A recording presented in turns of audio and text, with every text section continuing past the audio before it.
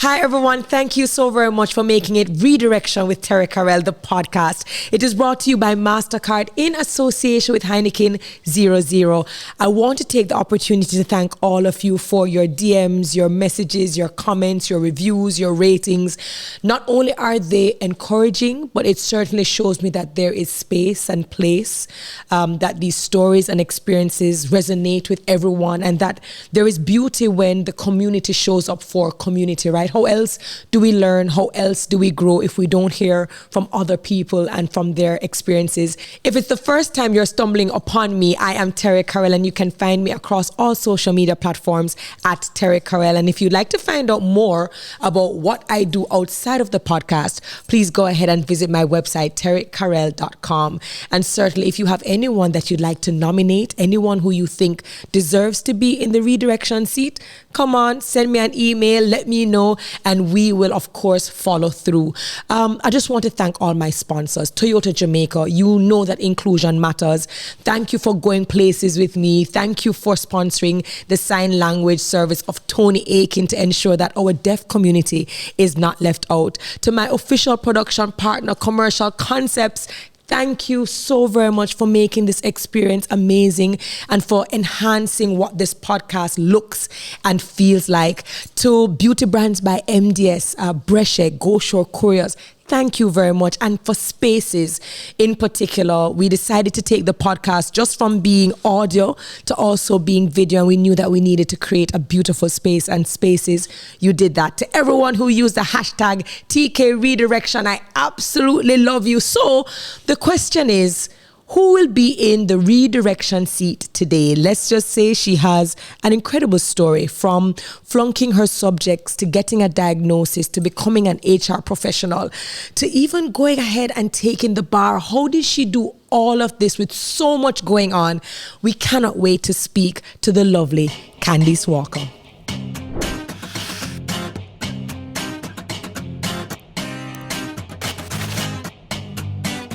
Hi, Candice. Hi, TK. How are you? I'm well. What is with the hesitation? Because this heat is not making me great. Listen, I totally get it, and quite frankly, it's a little bit terrifying knowing that, you know, it doesn't seem to get any cooler no matter what you do, but you look beautiful. You are so kind. No, you are beautiful. Thank you. I don't know if you realize, but we're kind of color coding. So great minds.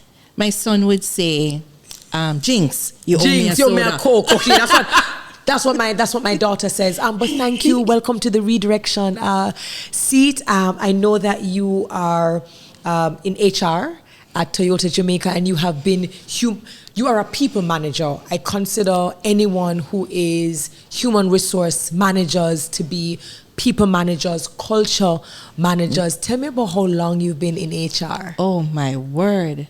So I happened into HR because when I finished college, I needed to be in a job where I could know when immigration was going to raid the business. So the most likely place to go was in HR. And I ended up enjoying it. Yes. Enjoying it immensely.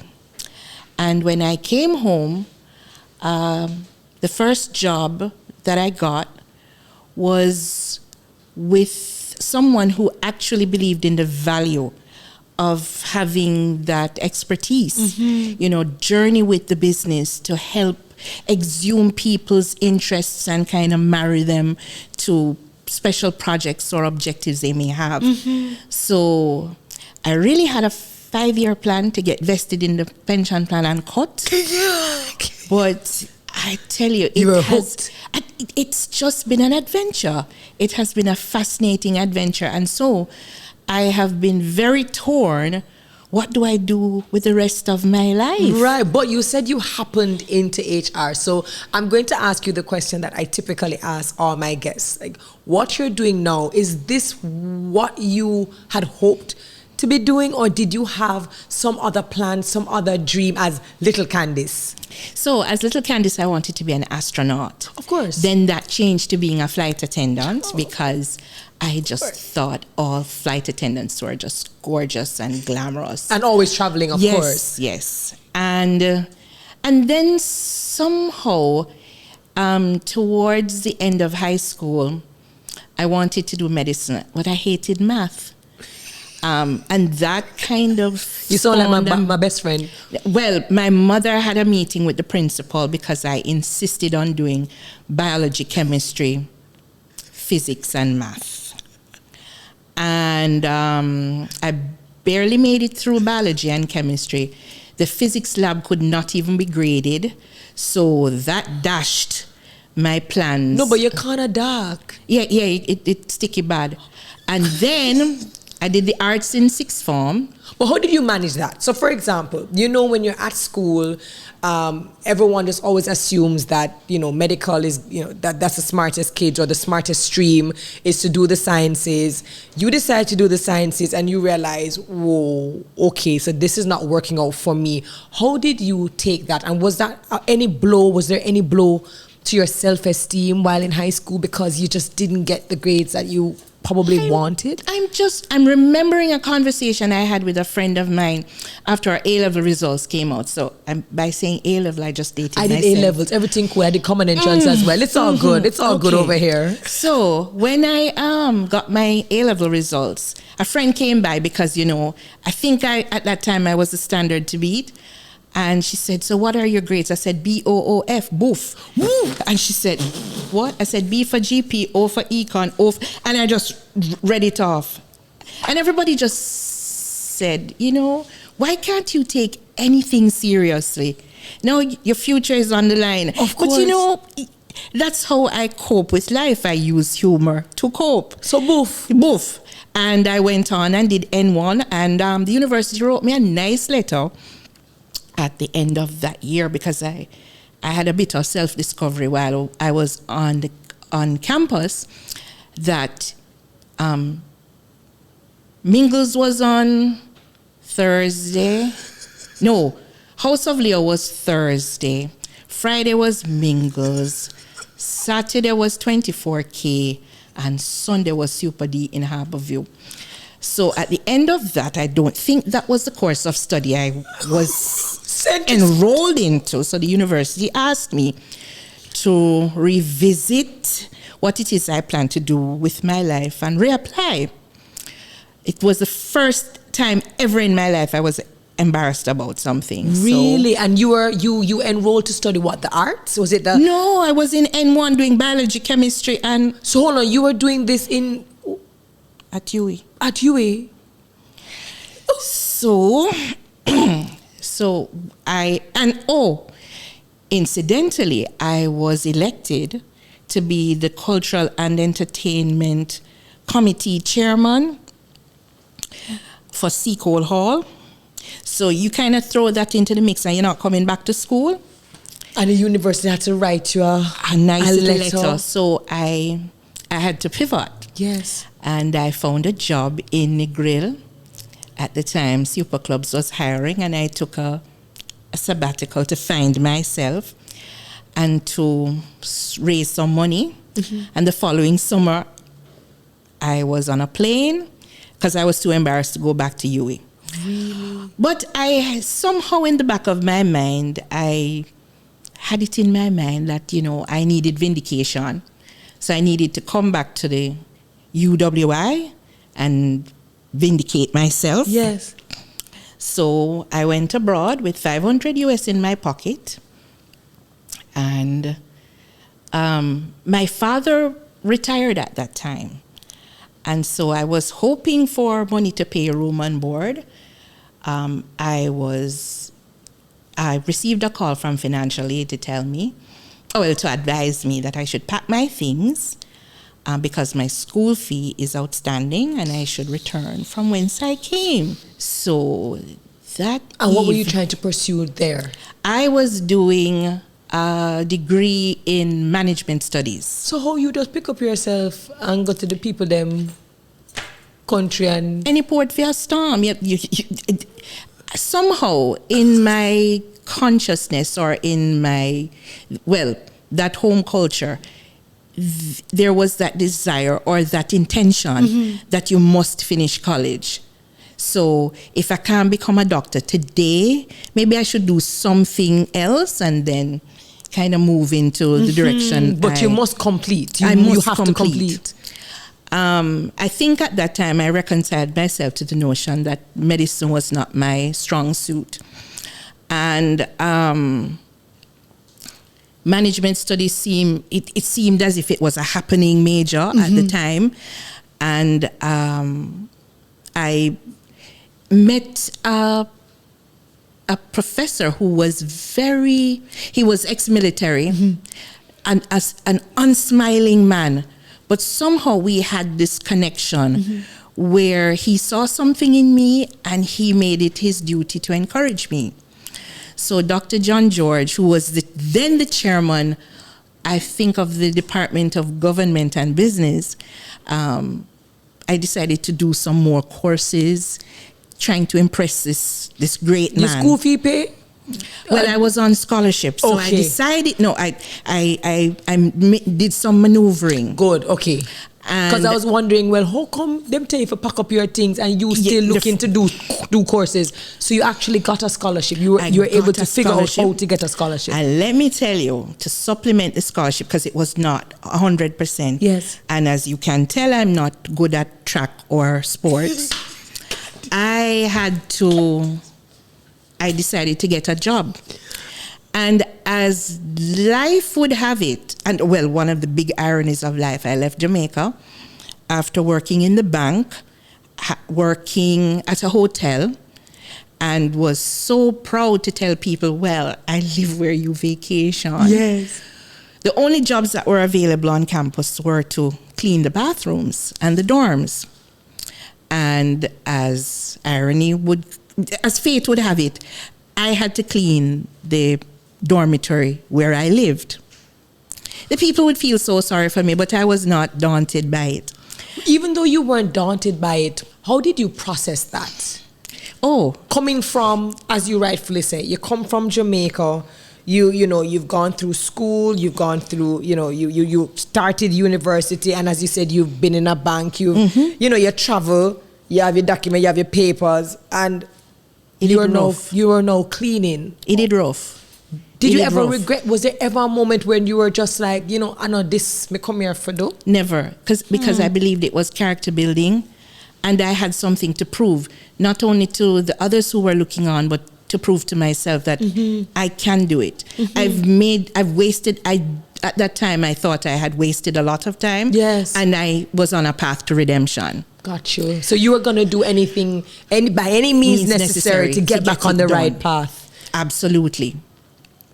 So I buckled down. I thought I buckled down. I remember we went to an honors assembly, and we were supposed to wear white. Yes. So I'm at the honors assembly, and I walk in, and somebody saw me at the honors assembly and said, "Did they make you wear white to clean here too?" Wow. So, and I learned some powerful life lessons about the moment. Not on everything you have to run and follow up upon. So at the assembly now, we when it was time for me to go up for my honors medallion, I looked back at her face, and if the earth could have swallowed her up, I think she's still spending the rest of her life apologizing to me for that moment. I can imagine that shame. I can imagine, because she had now defined you. Yes. And she had now looked at you as one-dimensional, and the only reason why you could possibly be here is to basically clean the hall. So that was a journey in and of itself. I finished in 3 years instead of 4 years, because I had to get out. I didn't have any money for the fourth year, and I couldn't burn the candle at all ends. And what about your parents? What did they think about your choice to leave? The fact that high school was university was and now you are abroad. Did they ever try to dissuade you? Did they ever say, come home? Did they ever have any worry or concern that maybe potentially you might not have been able to complete? I think for both my parents, they wanted whatever was best for me. And if I felt as if there was a path for me that they could not provide, which was the actual situation, they would encourage me to pursue it. Very nice. I have the most encouraging letters from my mother, and I treasure them to this very day. Beautiful. Because I remember, sometimes she would write and she would say, there is not much I can support you with, but you have a good brain, use it. So she was always affirming. She was always affirming, always encouraging. And I remember when she came for graduation, Yes. I thought we would have had to bring an ambulance to the basketball gymnasium where the graduation was held, because she just bawled. She was just bawling, and I was like, this one needs to just contain herself. Calm down. But she was bawling and bawling and bawling. And I think for her, that was her moment. Yes. She felt that she had Proud. accomplished something through me. And I'll never forget that. But then after that was when, if you thought things were rambunctious then, Yes. I got a job in Washington, D.C. shortly after that, after graduation. And I kept getting sick. By Thursday, I was totally wiped out. I was exhausted. And what was the job? I was an HR coordinator. Okay. So I was a staffing coordinator for this staffing service. And they brought me in, and I was thinking I was going to be a temp, going to maybe the White House or somewhere. And the person who was a receptionist went on leave. So they gave me the position to cover for that person during her absence. So I went in, I created a birthday list, I cleaned up all the files. I was also doing orientations with the new recruits.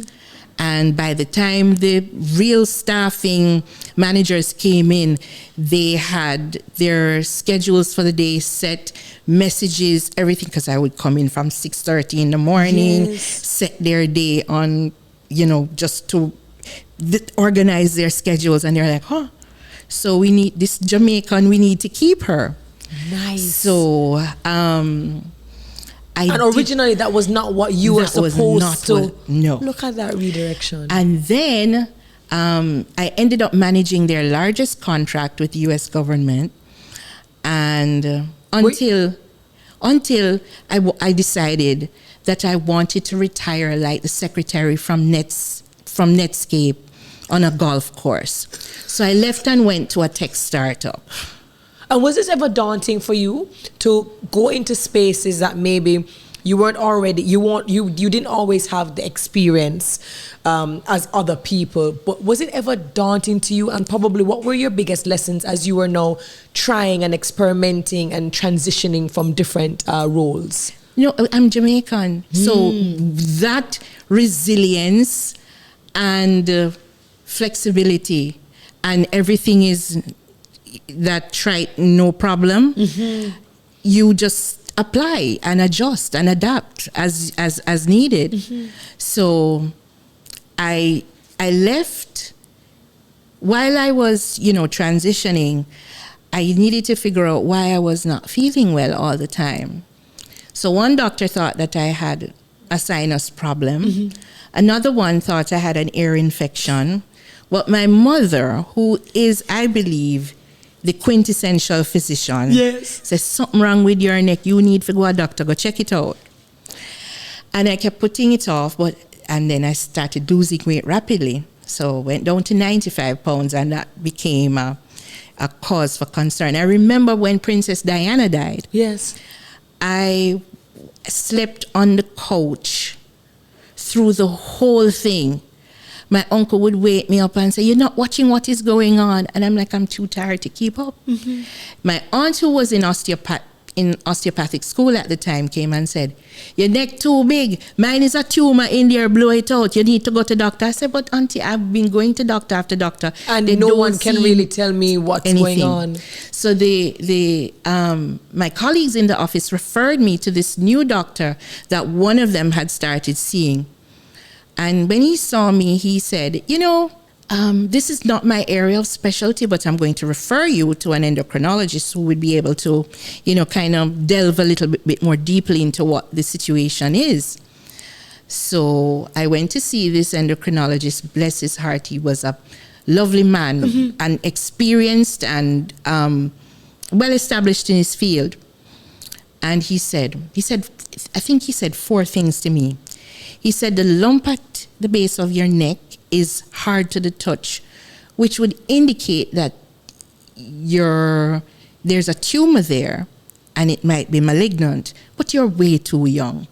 Then he says, there is a lump at the base of your jaw, which is also hard to the touch, which would indicate metastatic tumor diagnosis.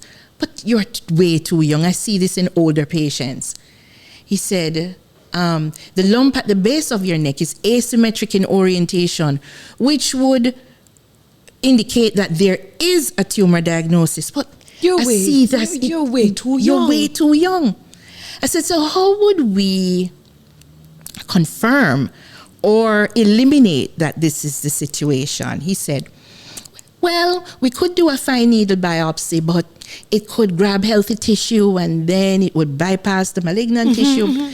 And I said, so can we do it? But it's very expensive and it might give you a false positive. Or I said, let's just to satisfy my mind. Ease our mind, yeah. Let's get it done. And so he scheduled it for 6 weeks later because it was not important. It was for me. So we got the fine needle biopsy done on the neck and on the base of the 2 areas, yes. the neck and the lump at the jaw. And the next day he called me to say, how am I doing? Well, both biopsies came back and they're malignant. You're going to need surgery. And how old were you at the time? I believe I was 25, 24. Kidding me. 25, 24. So, what did that news do to you? How did you receive? Because, I mean, I've heard of, persons going into doctors, mentioning that this could be a possibility, but maybe not. And even though you hear the terminology of tumor, you're still not looking for it. You're still not looking for the results to be positive, especially considering how he has said, you're too young. You're too young. So you're probably saying, let's eliminate it. How did you receive that news? I was floored, but I was hopeful still because they said I had youth on my side and I was in the best possible place to get help. Okay. So that was heartening and encouraging. And then my mother took me to Disney World. That kind of was the icing on the cake for me. Then she came back home, but I think she was a wreck. And she was crying. And my dad kept asking what was wrong until she finally, got the strength to tell him. And they came up to be with me. They met my doctors and surgery was scheduled.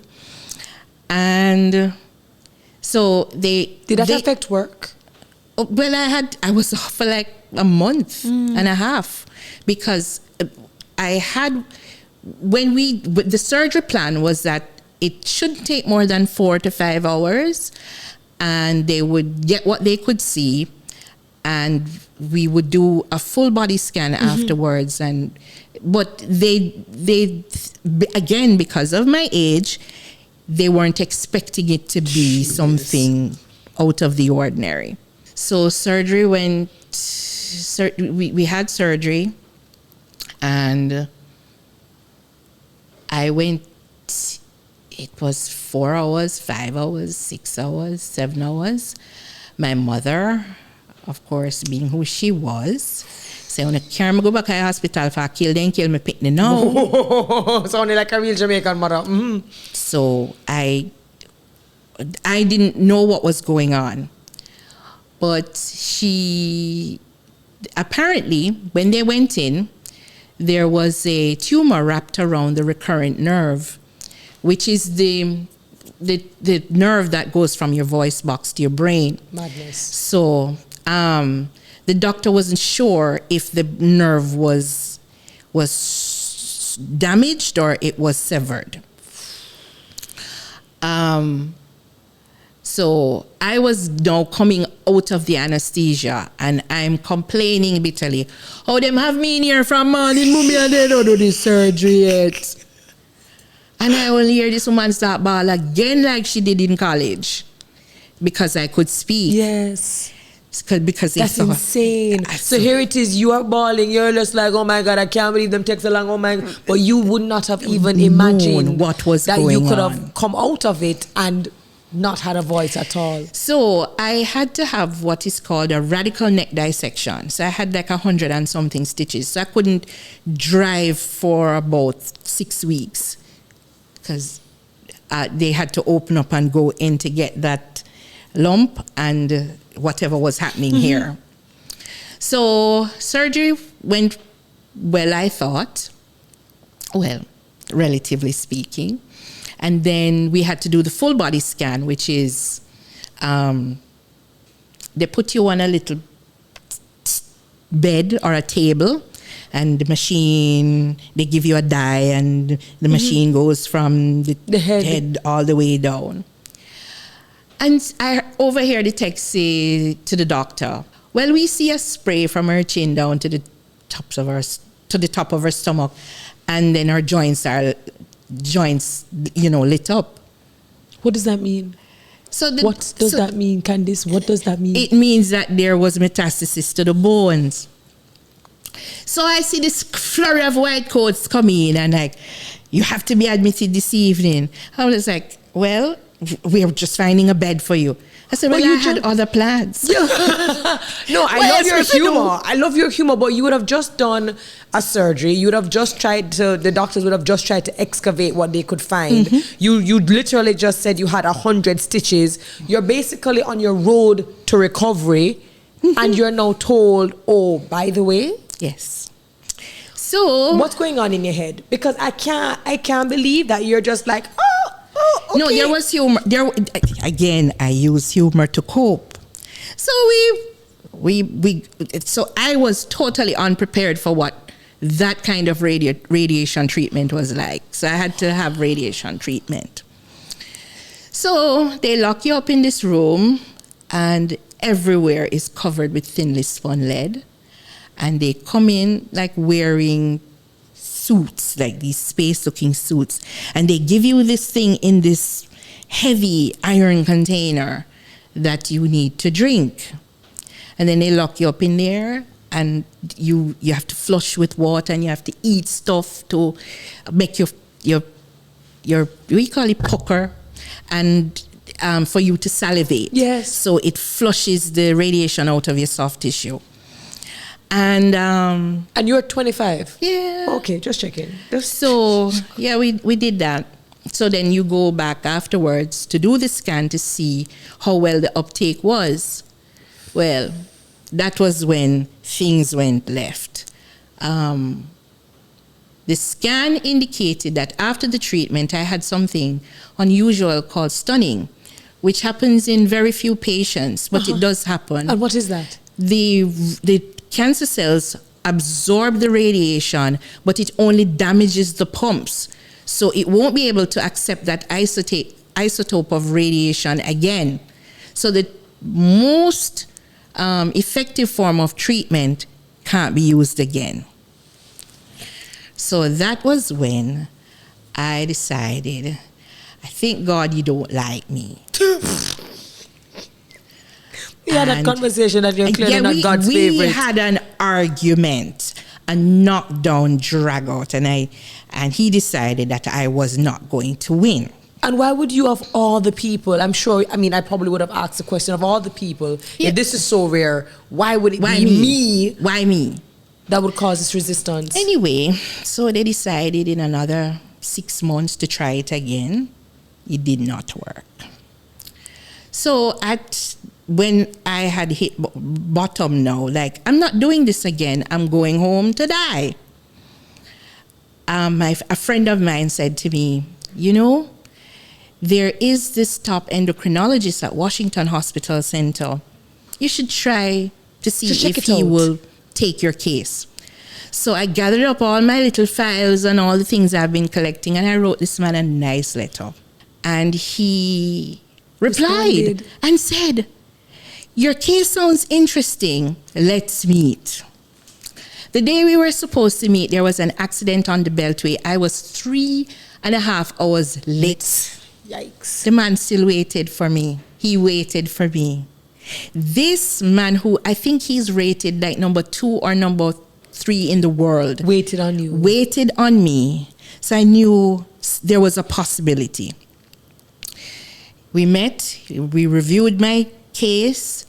My bone marrow was compromised by that time with the amount of radiation treatment that I had.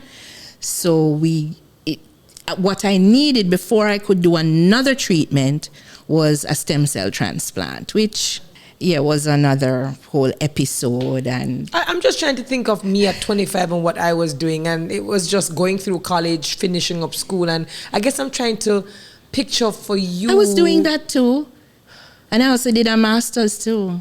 This is while you were doing your treatment? Yes. Where did you find that drive and that strength? I mean, I understand about, being Jamaican, being resilient. I had a lot to do. I had a lot to accomplish, and I didn't know how much time I had to get it done. So I doubled down. I doubled down, and I did what I had to do. And my heart stopped during the transplant because I wasn't taking enough calcium. Did you just say that your heart stopped? Yeah. As casually as getting a cup of coffee? No, because... what? Because you're supposed to be taking calcium while you are having the procedure. And I was sick and tired of the Tums. So I'm there entertaining everybody. I was sick and tired of the Tums.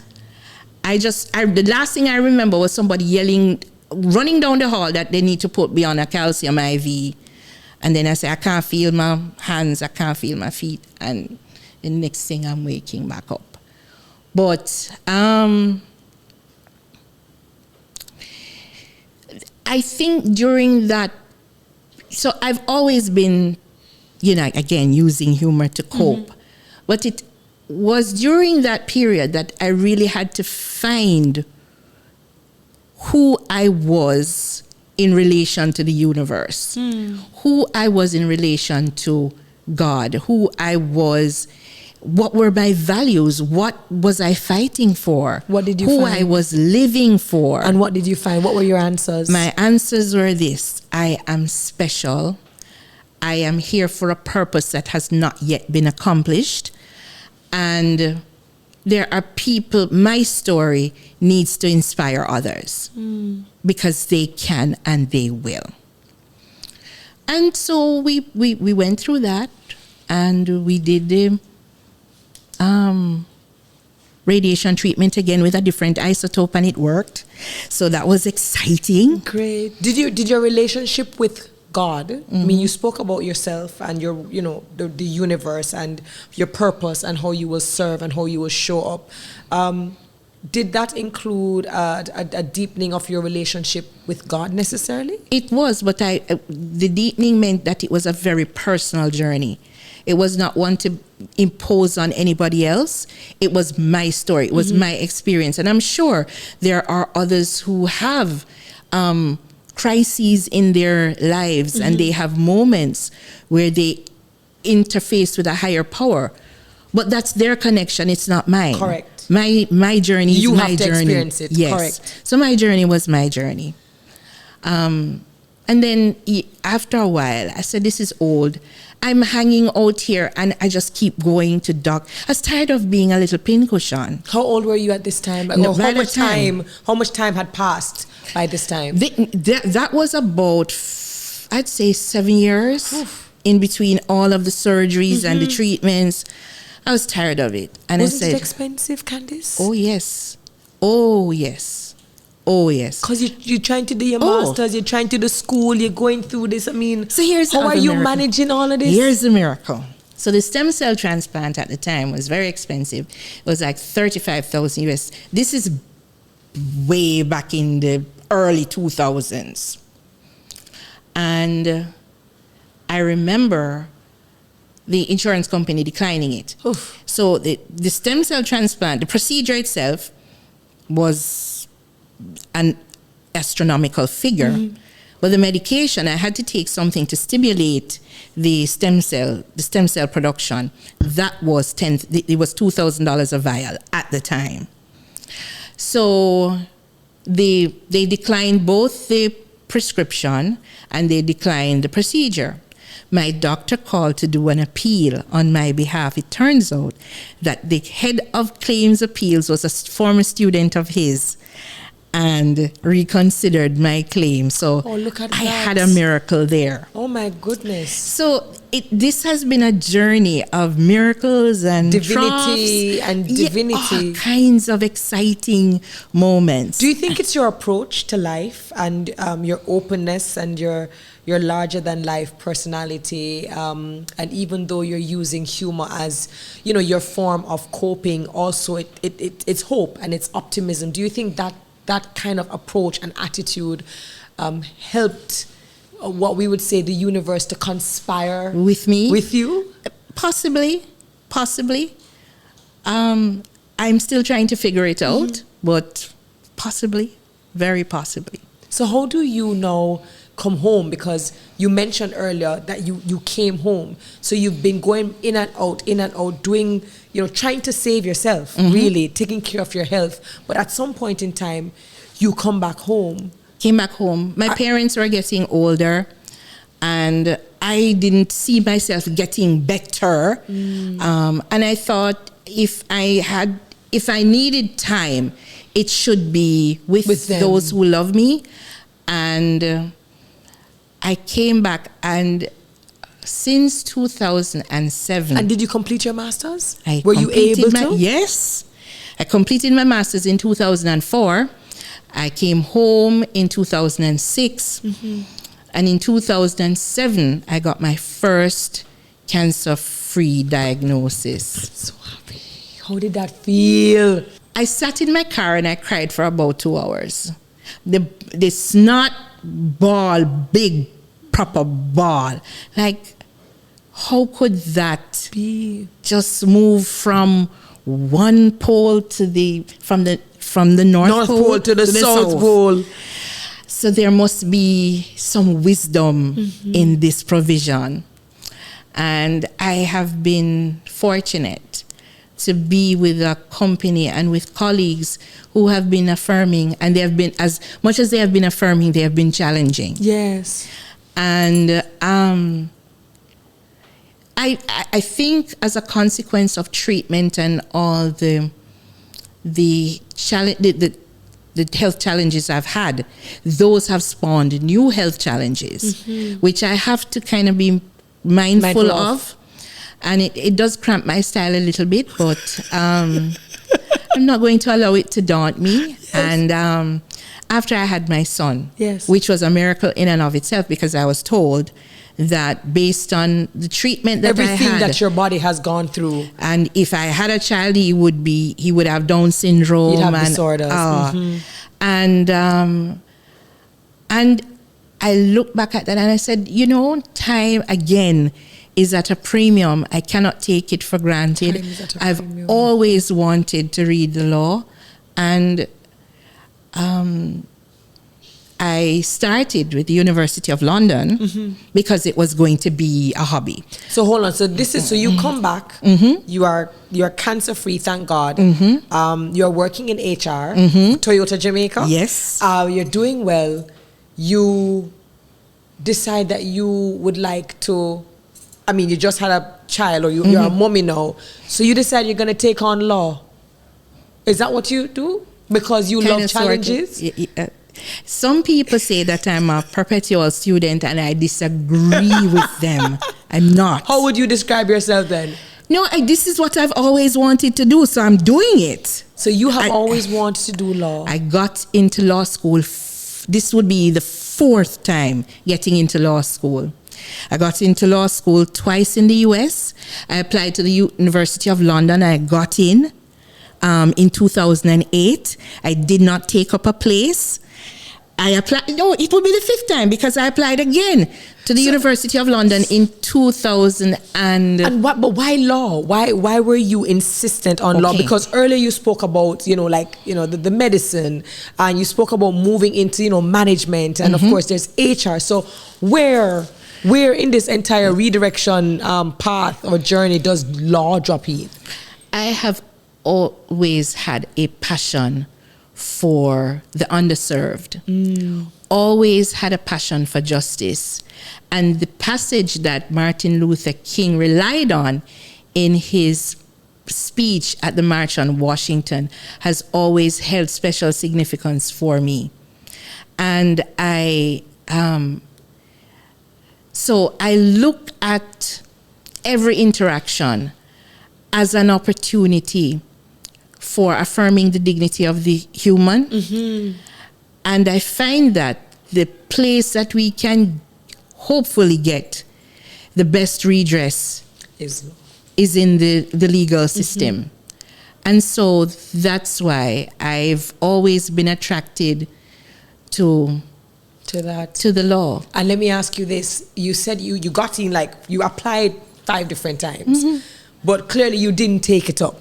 Is it because at the time you were going through your treatment, your surgeries, so each time you got the yes, it just couldn't manifest. And you just did not say to yourself after the second time, the third time, maybe this is not for me. You decided that you're still going to go for it. I'm still going to go for it. And 2016, when I was in the University of London program, and I went, so we had mock exams, and I sat in my car and I was paralyzed. I couldn't go. I just sat in there and cried. Wow, what was going through your mind? I said, I can't do this. I have a kid. He needs my attention. And at that time, my mother was diagnosed with Parkinson's. And I said, I would be really selfish to do this. And, I went home and I sat with my mom, and she saw how miserable I was, and she said, I'm here to support you as best as I can. Even then, eh? Even then. And I went to do one of these tutorials in Trinidad. And I really got a taste of how jurisprudence develops and how it expands, and I was fascinated by it. And when I came back home, I said, I'm not doing this for the degree. I am going the full way. So you did this while HR? Yes, and I did. And how did you manage to balance your duties, your responsibilities as HR, while studying law, while being a mom? How did you not go absolutely cuckoo for Cocoa Puffs? I didn't balance anything. I just had an incredible supporting cast. Nice. I was very forthright with my manager and advised him that this is what I've always wanted to do. And I presented a plan. I also, kind of worked it out with my mom and all, those closest to me, and they were in full support. And is this something that you could do virtually, or did you have to pick up and go? For the 3 years, I had to go to classes at Mona, and it wasn't virtual. Up until 2019, it was not virtual. I started law school actually in 2019 after graduating with the law degree. And so my degree is awarded in July of 2019. And on the 10th of August, my mother decides not to wake up. I'm so sorry. On the 14th of September, we had her funeral in Montego Bay. And on the 16th of September, I report for classes at Norman Manley. Did you ever grieve? Did you ever process it, and did you ever grieve? I fell apart after law school. And I think that was a way of coping. And my son wasn't managing it very well because he was also very close to my mom. But I had to distract myself. Yeah. But I am a big advocate of therapy. Yes. Big advocate of therapy. That has helped. Nice. Did you ever feel guilty having to move on so quickly in terms of everything happening right before, but understanding that you now have this duty to go through with the classes? Did you ever reconcile with? I think that's what she would have wanted. I think that is what she would have wanted. I remember when I told her, "Mommy, me done. She said, "I am so proud of you. So, you're a lawyer now?" I said, "No, I have to go to law school now." She said, "You go study again?" I said, "Yes." She said, "All right then." And you went for the bar? I went. And how was it? Oh my goodness, I think it was worse than cancer treatment. Jesus. Well, thank you so very much. I don't know if right now people who were watching who might have been interested are going to be interested after that comment. But for me, it was extremely rigorous. But was it worth it? And it absolutely, in the end, absolutely. And I remember when I was being called, my brother came from Canada to be with, and when he was there, I could feel the presence of my parents in the room. And I remember as I was taking the oath, my grandfather saying to me, "You are supposed to be the first barrister in the family." And his words just came back to me in that moment. Yes. And I said, "Yes, this is what I was meant to do." That's beautiful. And so I think what your story actually, I mean, apart from resilience and perseverance, and it wasn't any easy feat, you also emphasize and amplify that we are not one-dimensional. No. That not because we do one thing or we have a particular role or responsibility in a company as one thing, it means that we should, give up on our dreams, that we should bury our dreams, or that we are not capable or competent of exploring other avenues. And why not? Take one step at a time. Put one foot in front of the other. And that's my mantra for my fitness program that I'm going on. You know, I have a picture in my office, no lie, with Yoli says, and I cut off her head and put my head on top of it. And it's a source of humor for a lot of people.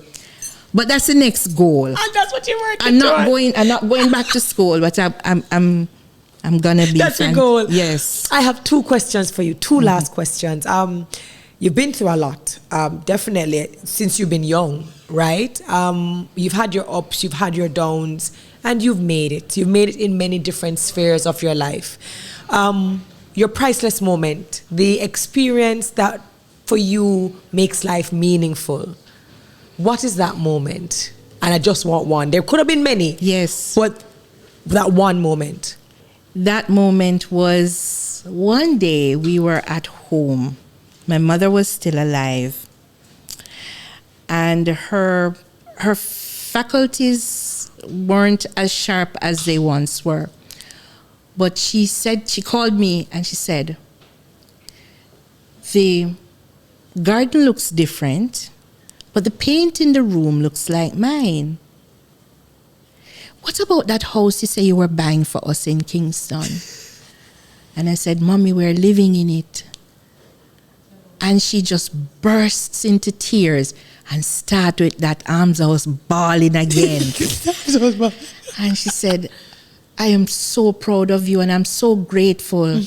I said, Mommy, if it was one coconut tree, me, you and Peanut, I got turn up under the one coconut tree. Yeah. We're together. And for me, that was everything. That was everything. Good grief. Good grief. I think with Mommy, Mommy looking down on you will be extremely proud. That's especially, what RT boss said. Yeah, man. I love it. I love it. Especially just not being not allowing yourself to give up on yourself, I think is the most important thing. And redirection.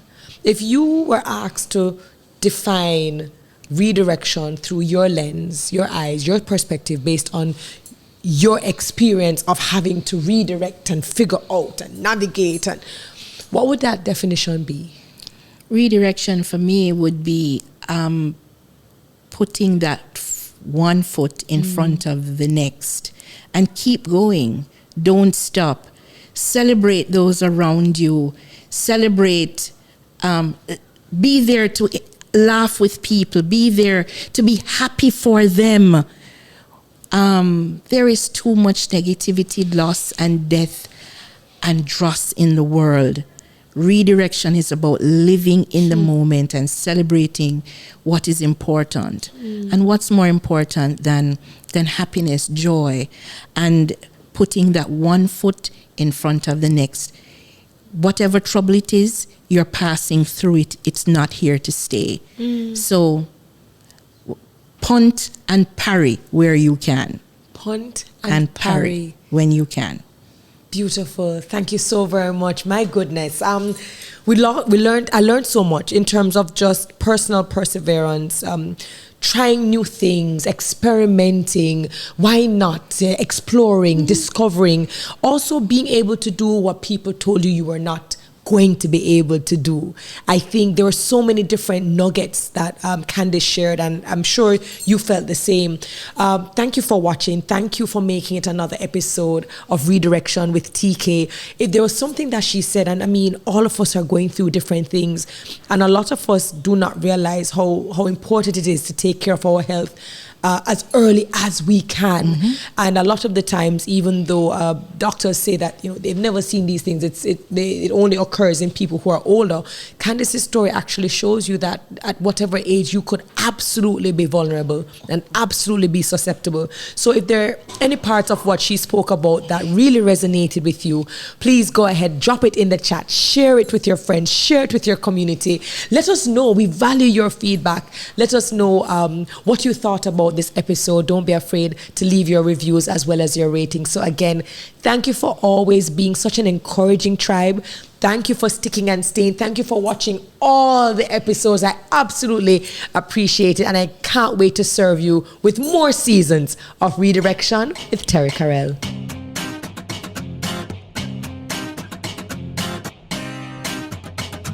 Thanks to our partners, MasterCard, Heineken 00, Toyota Jamaica, Spaces, Commercial Concepts, Brescia, Beauty Brands by MDS, and Go Shore Courier.